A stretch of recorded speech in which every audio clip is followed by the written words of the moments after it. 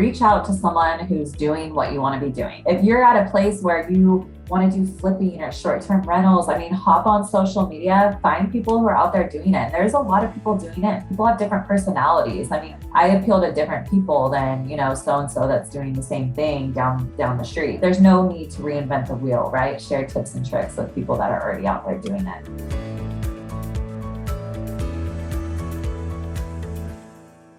Welcome, everyone, to the Road Less Traveled Show. This is a show about people that were successful in a previous career and left that career to go down a different path. I'm your co-host, Richard Coyne. And I'm your co-host, Bill Zahller. On today's show, we have Savannah Arroyo. And Savannah, we're so glad you're with us and able to join us today. Yeah, I'm super stoked to be here. Thank you for having me. Absolutely. Yeah, well, thank you for being on the Road Less Traveled Show, Savannah. Can you tell us a little bit about your former career and how long you were in that line of work? Yeah, definitely. So I am a registered nurse. I actually am still practicing as a registered nurse. I really at a young age knew I wanted to go into nursing. So right out of high school, I went to college up in Sacramento, Sacramento State to go into nursing.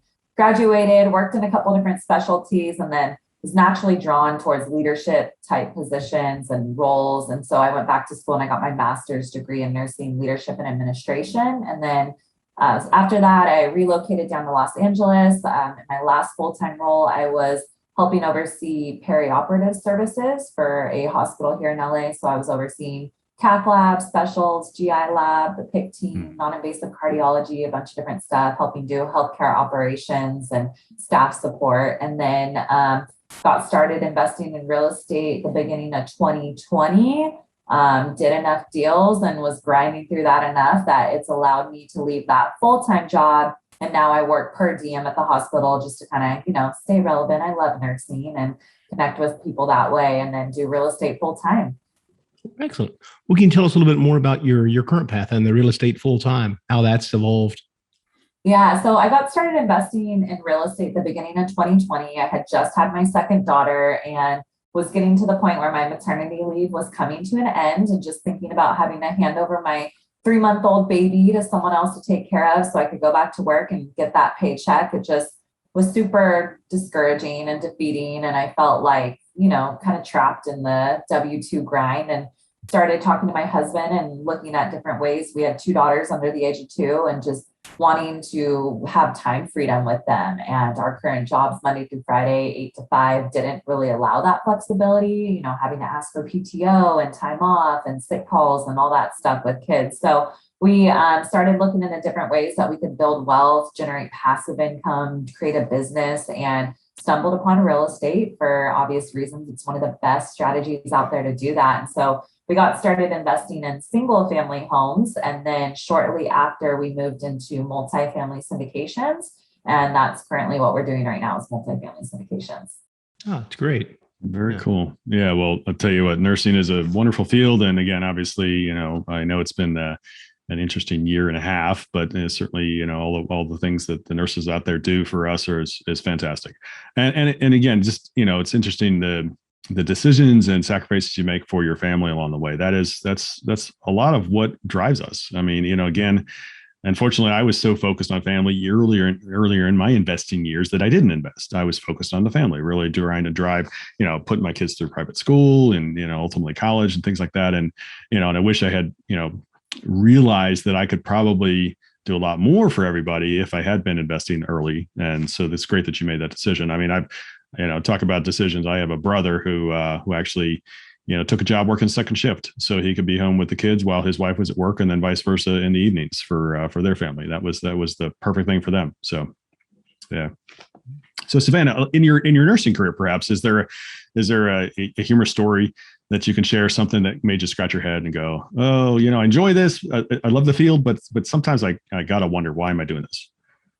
Yeah, that was definitely hitting towards the end of my career. I've been in leadership and administration for 4 years now, and so I've seen it all. But it is a very difficult job, and you're dealing with physician complaints. I was dealing with everything going on wrong with nurses complaining, my techs complaining. People were in my office all day with complaints, and a big part of my job is supporting staff and the team through a lot of that stuff that's going on. And I love it. And it's super rewarding. But really kind of towards the end of healthcare in itself of, they're firing nurses that are unvaccinated and doing a bunch of different things. And I felt nurses just were not supported in the healthcare industry. And then that's when I became so passionate about launching my brand Networth Nurse and creating all these educational opportunities for nurses. Because as I started investing in real estate and I'd come into work, people would be like, what'd you do this weekend? Oh, I flew up to Oregon to see, an apartment complex up there that we're building. Oh, what? Like, you're buying that? How's that working? Yeah. And I'm like, yeah, I have nurses and some doctors passively investing in the deal. They're going to get these type of rewards and returns from it. And so just kind of sharing what I was doing and educating nurses on that has allowed me to create this platform. And I mean, there's really just a huge gap. I mean, not just with nurses, but with people of learning these basic financial principles of how to invest in real estate investing and how, easy it is to get into it. I mean, it's not just the wealthy that are doing it. There's ways that you can get started with zero experience. That's what I did. And so I saw this huge gap out there, especially for nurses, and then launched my brand Networth Nurse to help kind of close that through educational material, resources, coaching, courses, mentorship, all of that. And that's been really kind of my shift of at the end of my career, I was coming in 40 hours a week, 40 plus hours a week, working for this hospital organization, which was a great organization, but it was just like, I felt this deep itch and yearning to be at home building my business. And so it was like, I'm coming in every day working for someone else. It was hard for me to even kind of focus on that work when it was like, man, I really just want to be building content for Networth Nurse and helping these nurses. And that was kind of a big shift for me of like, all right, I need to kind of take my business to the next level and see what I can do with that. Yeah, you're either building your own net worth or you're a tool that you are helping somebody else to build their net worth. And we've talked about that a lot on this show. And honestly, it's certainly worth continuing to talk about it because it's so important. People think that the only way they can do investing is through a 401k, through stocks. And that's not true. There's so many other options out there. And they, it's crazy. Real estate is such a fantastic field in terms of the tax advantages. Potentially, obviously, you have to check it with your CPA and things like that. But but it's such a great field, and you're right. It doesn't take, you don't have to be a millionaire to do that. You can get into it fairly easily in one way or another. So anyway, that's great.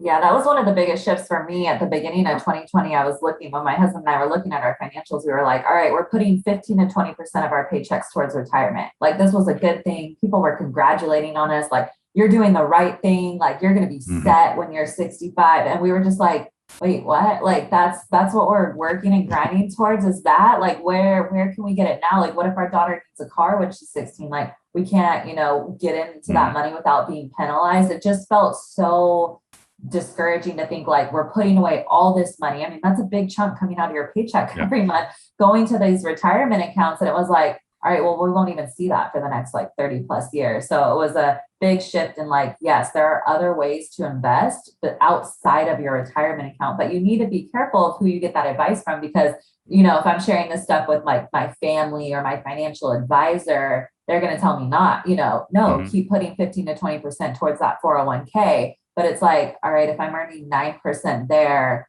I could have invested in real estate and earned 20%. Like, I could double my wealth and net worth by investing in a different strategy. It was just like, people don't tell you that because they don't know. So it's important to get that financial advice kind of from someone who's at a place where you want to be, not someone who's, at a place where you wouldn't even want to change positions with them, Right. Yeah, absolutely. I mean, the brokerage houses obviously have vested interest in keeping people in the more traditional, asset allocations, and they have a much larger budget for advertising than most other people do. And I don't think there's anything wrong to be diversified.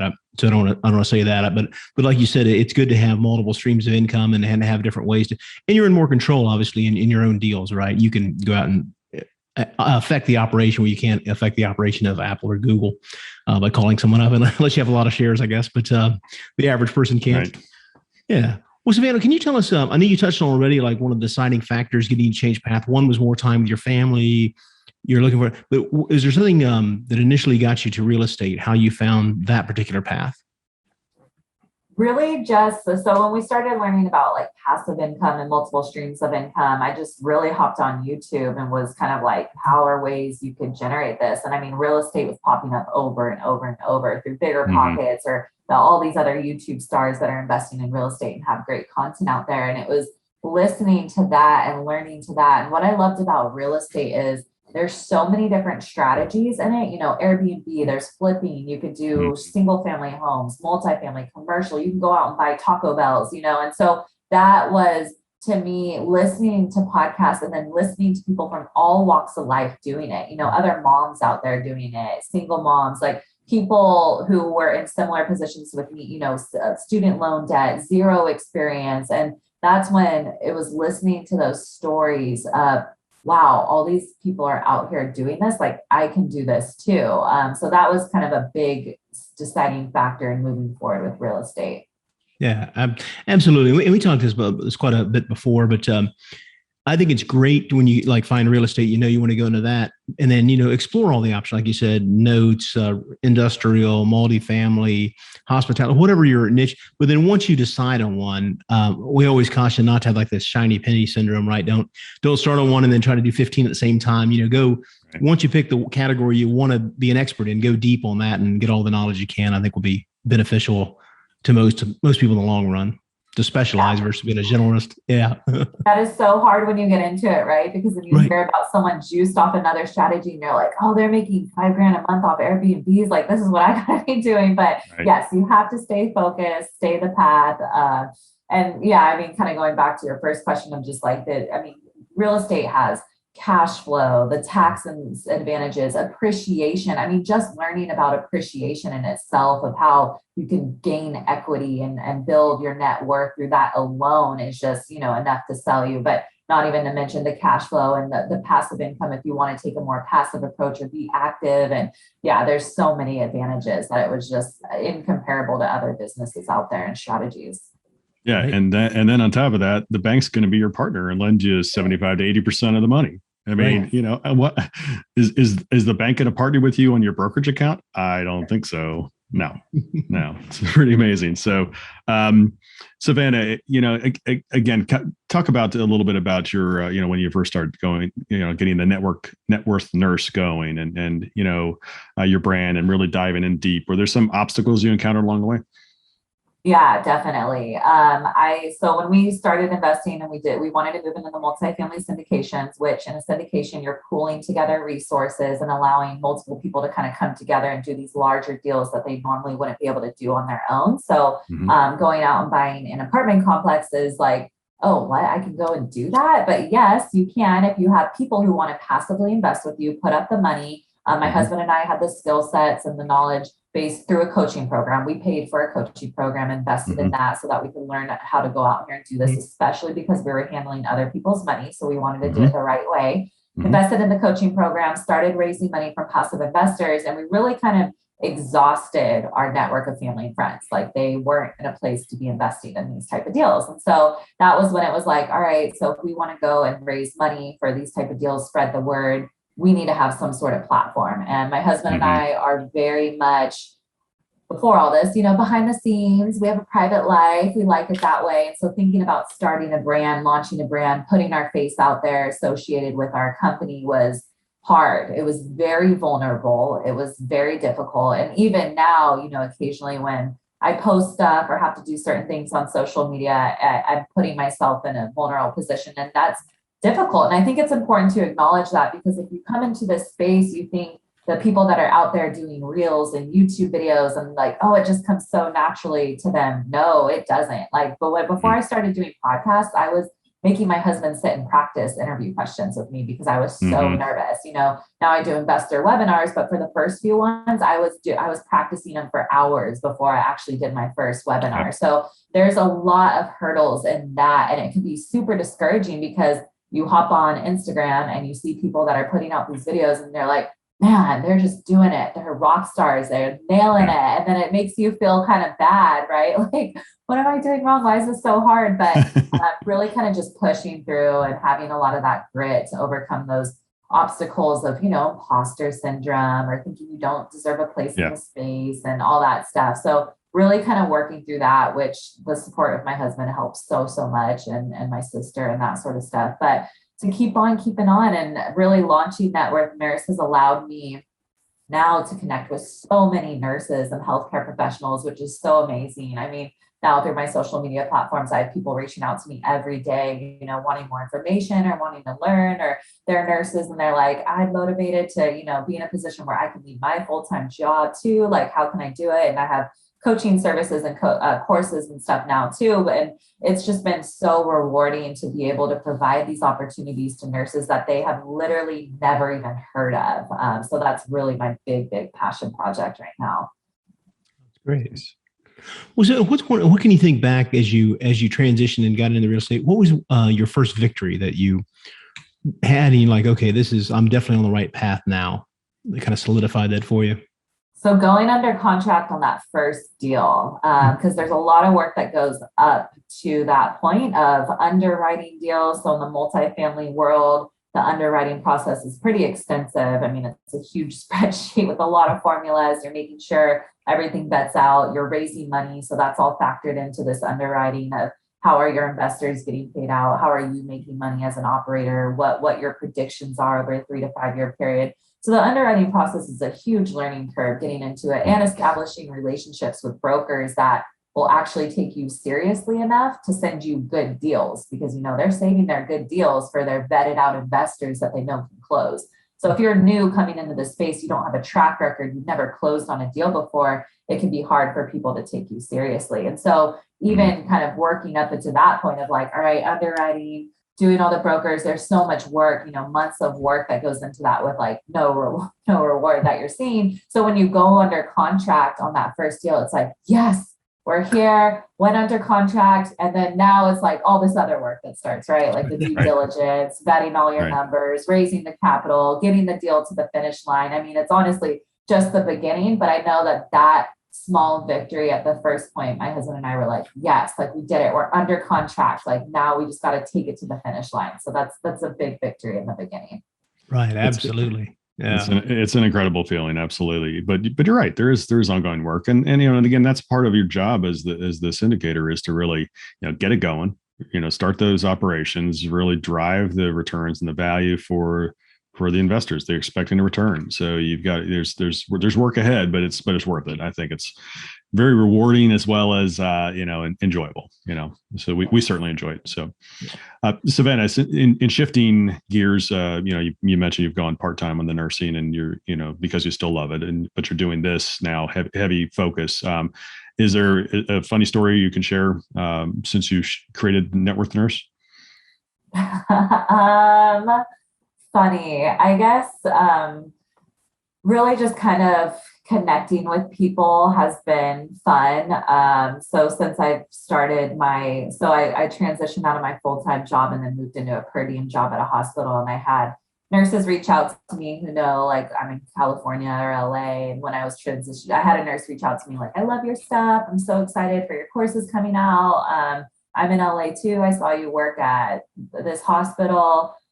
What department? And I said, oh, I'm actually leaving that hospital, coming to a different one and moving into the pre-op department. She was like, no way, that's where I work. So just like crazy stuff like that of when you go out there and I mean, it can be scary to post stuff on social media, but the more you do it, you open up all these opportunities to connect with people just like that. And now it's like, it was so cool for me to start that job knowing like, oh man, there's another nurse here I can talk real estate with, like super cool, right? If you just go out and talk about what you're doing in the space, it's surprising how many people you can meet and connections you can make, and how many, it's a small world, but I mean a big world, but a small world, especially in the multifamily realm, a lot of people know each other, and it's cool to kind of create those connections and relationships.